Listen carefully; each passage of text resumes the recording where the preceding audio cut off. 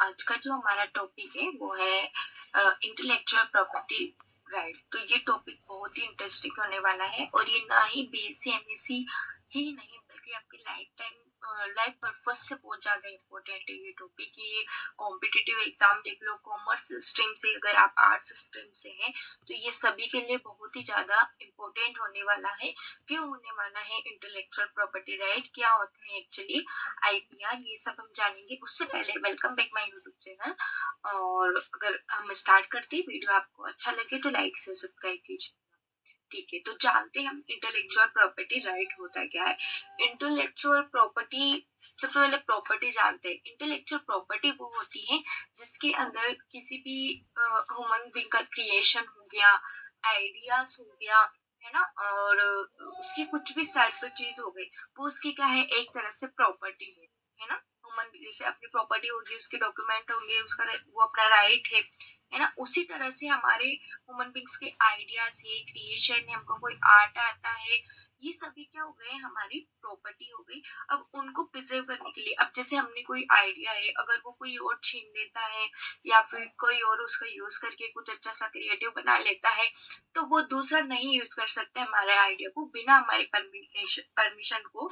तो उनको किस तरह से हम प्रिवेंट करते हैं, तो उसके लिए हमको क्या क्या राइट मिले हुए हैं, उसे हम क्या बोलते हैं, इंटेलेक्चुअल प्रॉपर्टी राइट। तो आइए जानते हैं क्या होता है intellectual property right. All invention of creation with an idea, once the idea become an actual product, intellectual property one can apply to the authority concerned under the government of are called IPR. IPR के अंदर क्या होता है कि जो भी invention है human beings का, आइडिया से, है ना, उनके एक्चुअल जो वो प्रोडक्ट बना रहे हैं वो उनकी इंटेलेक्चुअल प्रॉपर्टी हो गई। उस पर गवर्नमेंट क्या करता है, ऑथोरिटी अप्लाई करता है कि ये सिर्फ इसी का है, तो उसे हम क्या बोलते हैं, गवर्नमेंट राइट मिल गया। तो इनको मिला के मतलब क्या होगा, total IPR, intellectual property right हो गया। Hence, IP refers of product of human mind. Hence, just like other type of property, the owner of IP can rent, give or sell to the other people. Intellectual property जो होती है वो उसी तरह से होती है जिस तरह से हमारी प्रॉपर्टी है, उसमें डॉक्यूमेंट होते हैं, उसमें कोई एक उसका ओनर होता है।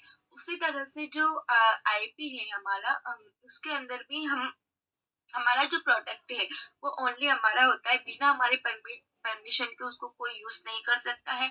और इस प्रोडक्ट को हम सेल भी कर सकते हैं, रेंट पर भी दे सकते हैं दूसरे पीपल को।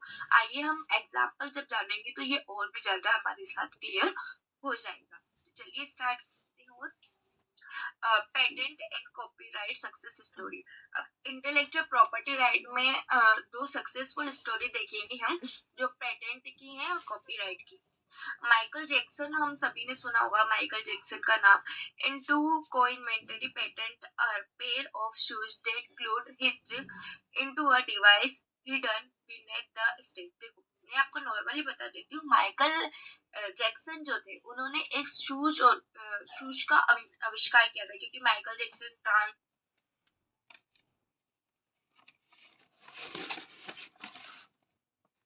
की कॉमेडी इनके लिए फेमस थे। तो उन्होंने एक शूज बनाए थे जिससे कि वो इजीली क्या कर सकते थे, स्लाइड कर सकते थे। हिडन मतलब वेव वाला आता है ना, वो वाला क्रिएट कर सकते थे ना। Michael Jackson and to inventory patent a pair of shoes did cure his into the device hidden beneath the stage, जिससे वो स्टेज पर आसानी से हिडन कर सकते थे। It was titled method and means for creating anti-gravity illusion, and the help achieved the effect in the song smooth criminal, मतलब जिससे क्या वो सॉन्ग के अकॉर्डिंग इजिली क्या कर सकते थे, स्लाइस कर सकते थे। उन्होंने एक ऐसा सूज का पैर बनाया था। मैं ये शूज का उन्होंने पैर बनाया था। तो क्या था कि अगर वो शूज उन्होंने अपने नाम पर क्या करा रखे थे, पेटेंट करा रखे थे कि अगर ऐसा शूज बाई चांस आगे कोई डिजाइन करना चाहे तो उसको जेकेलोन की क्या लेनी पड़ेगी, परमिशन लेनी पड़ेगी, उनको कुछ अमाउंट देना पड़ेगा, और जेकेलोन जैसा चाहे अगर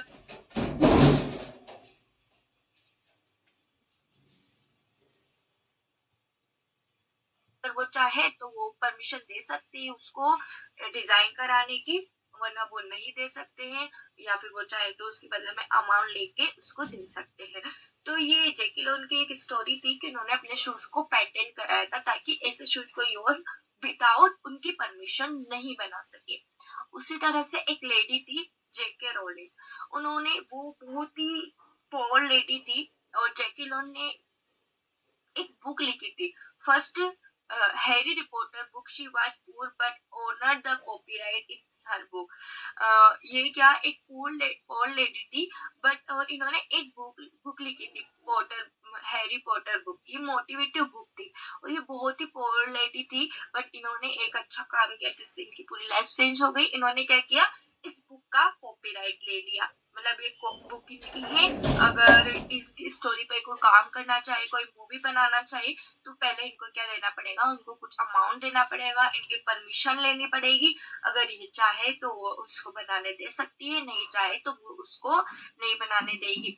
So she was the only person allowed to make copies of the book and sell them off. Of course, she did do not this herself. She gave permission of publishing company to it in return of for payment. तो इन्होंने क्या किया, इन्होंने जो book लिखी है ना, उसको पब्लिश करने के लिए कंपनी को दिया, ना कि खुद उन्होंने पब्लिश किया, कंपनी को दिया और कंपनी से उन्होंने इसके बदले में क्या लिया, एक पेमेंट लिया छोटा सा। But she did not just on copyright in them words, she on copyright in the story and the character, है ना। तो ये इसकी ओनर है, तो ताकि इसकी बुक के जो भी वर्ड है, जो भी करेक्टर है, वो किसी को कोई कॉपी नहीं कर सकता है। She her copyright also meant she was the only person with the right to produce and share a film of her story. फिर इसकी उनकी स्टोरी पर किसी को फिल्म बनानी थी, तो इन्होंने उनसे परमिशन ली, इन्होंने उनको परमिशन दी उस पर्सन को, और उससे क्या लिया, अमाउंट लिया। इस तरह से इनकी लाइफ पूरी चेंज हो गई एक बुक के कॉपीराइट लेने से, ठीक है। Again, she did not this do this herself. She gave permission of film production company to make and sell the film. तो इन्होंने उस कंपनी को परमिशन दे दी फिल्म बनाने के लिए। Production company to make and sell the film, return for payment without copyright. उन्होंने क्या किया, फिर फिल्म बनाई उस पर। Anyone else could have printed copies of the books as soon as published, है ना।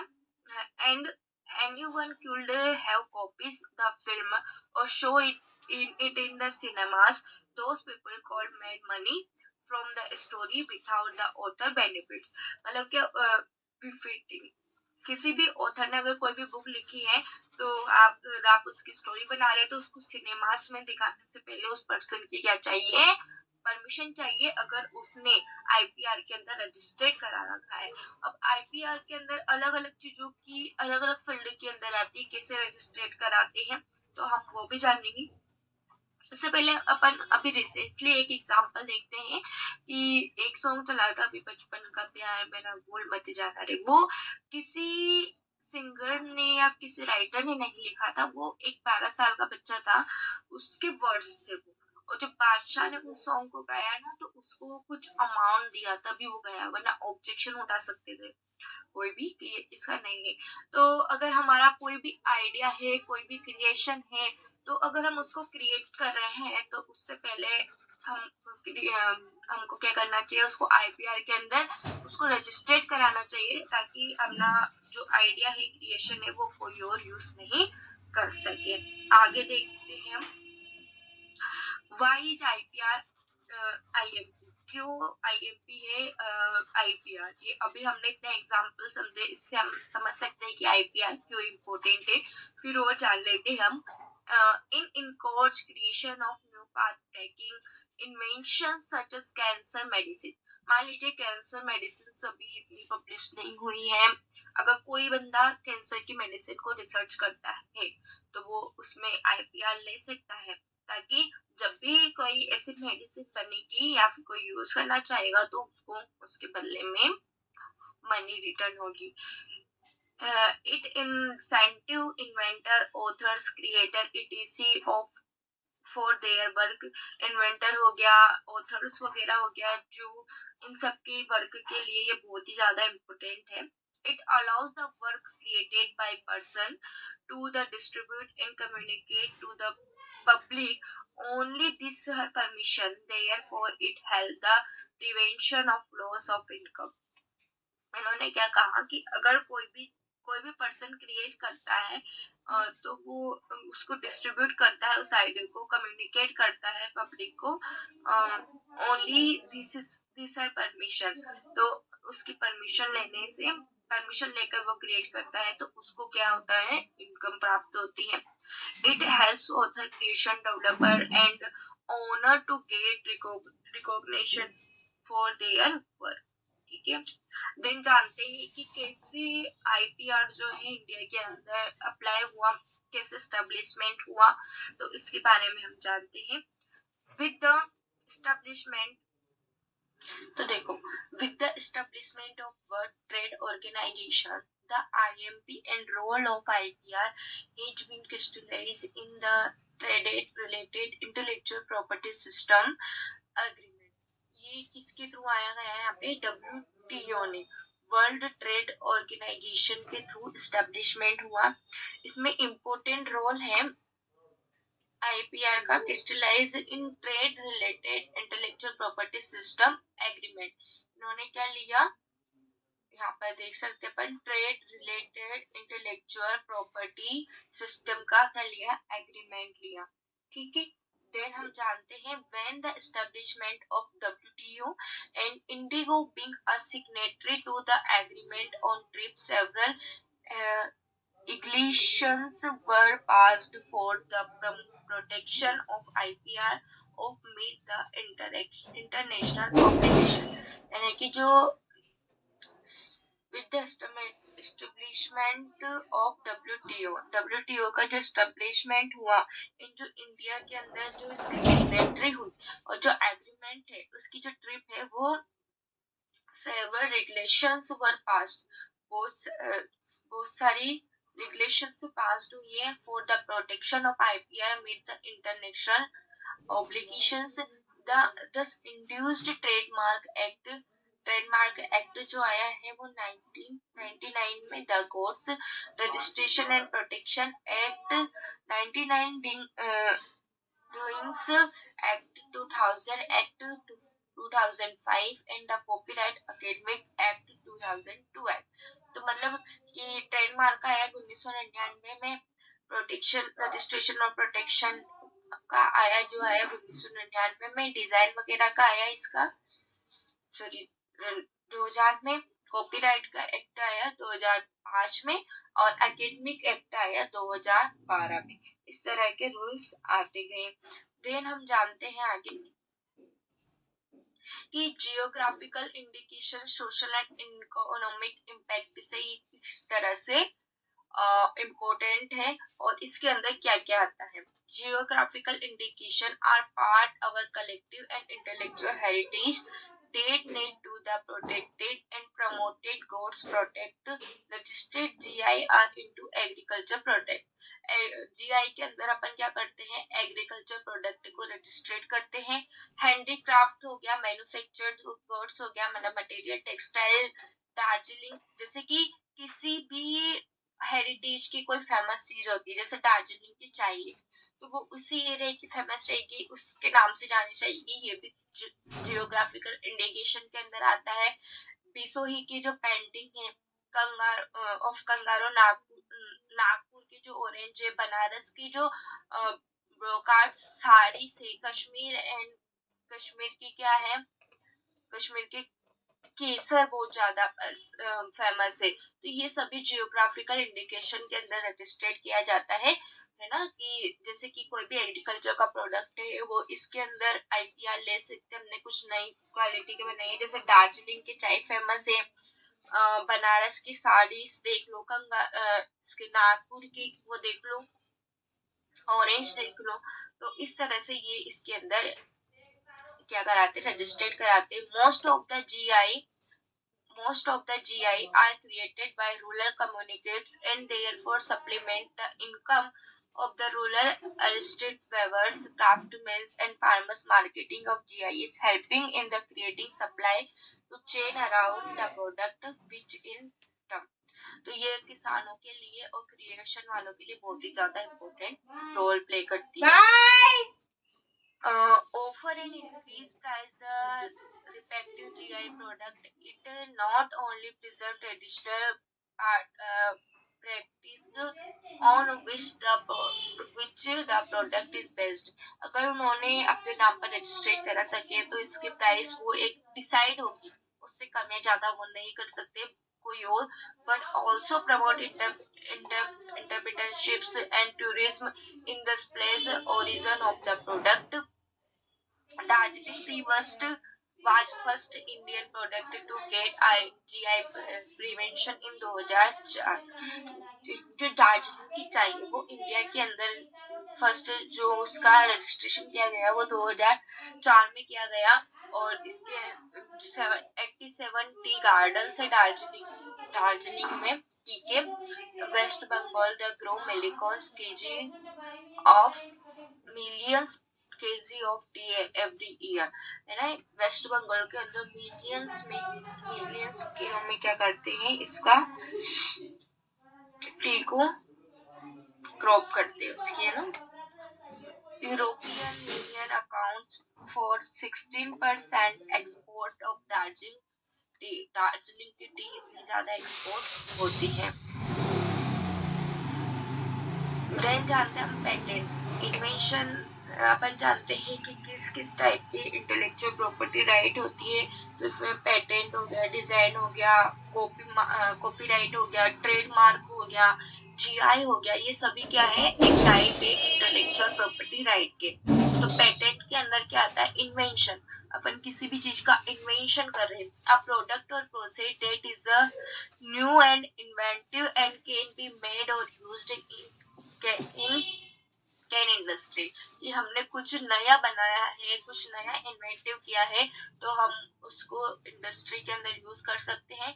wherever holds the patent is allowed to decide who can make use offer to sell or import their inventions. One product may be covered by laws of different patents.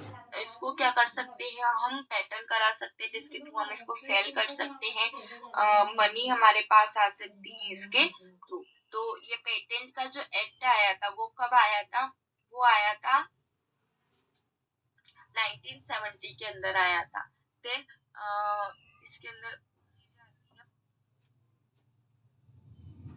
Product और process that is new has an inventive step and industry applicable. यानी कि ये जो product और ये जो process है ये क्या है, एक इंडस्ट्री की ही एक क्या रहेगी, प्रोसेस रहेगी. अगर अपन इसको एस्टेब्लिश करा सकते, पेटेंट करा लेते हैं या फिर इंटेलेक्चुअल प्रॉपर्टी राइट के अंदर इसको रजिस्टर्ड करा सकते हैं. और इसका जो ये जो अप्लाई रहेगा पेटेंट वो 20 साल तक रहेगा.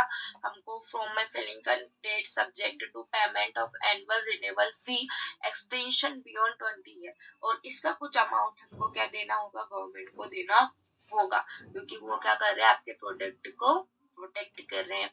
डिजाइन जो था एस्थेटिक और look and feel of product even catching features that are non-functional. किसी भी चीज को अगर आप डिजाइन कर रहे हो तो उसको भी डिजाइन के अंदर क्या कर सकते हैं, आईपीआर के अंदर रजिस्ट्रेट करा सकते हैं. और ये जो डिजाइन का एक्ट आया था वो आया था आपका 2000 में. न्यू और original feature that not have previously used. इसका क्या होना चाहिए कि ये जो प्रोडक्ट है ये पहले यूज किया हुआ नहीं होना चाहिए. और ये जो कब तक आपका अप्लाई रहेगा, ये रहेगा 10 year from filling date renewable for further 5 year maximum protection for 15 year.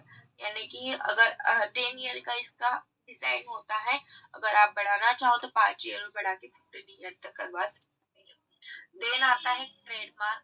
Trademark क्या आता है, ट्रेडमार्क के अंदर जैसे कि कोई भी वर्ड है, नेम है, सिंबल है, शेप है, लोगो है, ये अगर आप डिजाइन करते हैं जिससे किसी प्रोडक्ट की गुड्स की क्या होती है आइडेंटिटी होती है, तो इसको कोई और यूज नहीं कर सकता है। जैसे आपने देखा होगा एलजी के अंदर जो एलजी का साइन होता है, डेल के अंदर लिखा हुआ रहता है, एचपी के अंदर लिखा सकता है, तो उनका जो ट्रेडमार्क है वो कोई और विदाउट परमिशन यूज नहीं कर सकता। Like your name is a big part of your identity of the goods और सर्विस। ये ट्रेडमार्क का जो आया था वो आया था 1999 में आया था। Unique and distinct word name और सिंबल और देयर कॉम्बिनेशन। इसके लिए क्या होना चाहिए कि यूनिक नेम होना चाहिए वो वर्ड का, और उसके बाद में उसका जो कॉम्बिनेशन है आपके वर्ड से प्रोडक्ट से होना चाहिए। ये 10 साल के लिए क्या होता है रिन्यूएबल होता है, 10 साल तक एक सक्सेसिव होता है अगर आप किसी का ट्रेडमार्क लेते हैं। देन आता है कॉपीराइट। आर्ट कॉपीराइट अपन ने अभी हैरी पॉटर की स्टोरी देखी इतनी अच्छी। Artistic literally and musical work such as book, blogs, photographer, songs, music place. Next time the your click photograph, write a story or compose song, no date is protected by copyright and one can copy it without your permission। और इसका जो act आया था वो आया था 1975 में। और any original ideas express a triangle for regardless qualities और purpose is eligible for protection, no copyright, no idea। ये जो कॉपीराइट अगर आप लेते हैं तो जो आपका वो आइडिया है वो बिल्कुल न्यू होना चाहिए, किसी से कॉपी नहीं किया हुआ होना चाहिए। लिटरेरी, ड्रामेटिक, म्यूजिकल और artistic work lifetime of 1 minute. Geographical creation के अंदर क्या होता है, a product organization from a specific location which gives the product a unique and different characteristic। GI tell and tells your where in your product come and why that is place is famous for type of product। GI के अंदर GI के अंदर वो product आते हैं जो अपन एक specific location के अंदर कुछ अलग करेक्टर लेके लेते हैं। जैसे कि अपन ने देखा अभी संतरा देखी, अपन ने बनारस की साड़ी देखी, दार्जिलिंग की टी देखी। ये एक स्पेसिफिक एरिया तक ही लिमिट है, उसके लिए अपन क्या कराते हैं, रजिस्टर्ड कराते हैं। GI gods and registered act आया था 1999 में। The quality character features of reproductions product should essentially linked original place. और ये ओरिजिनल होना चाहिए, 10 ईयर तक क्या रहता है रिन्यूएबल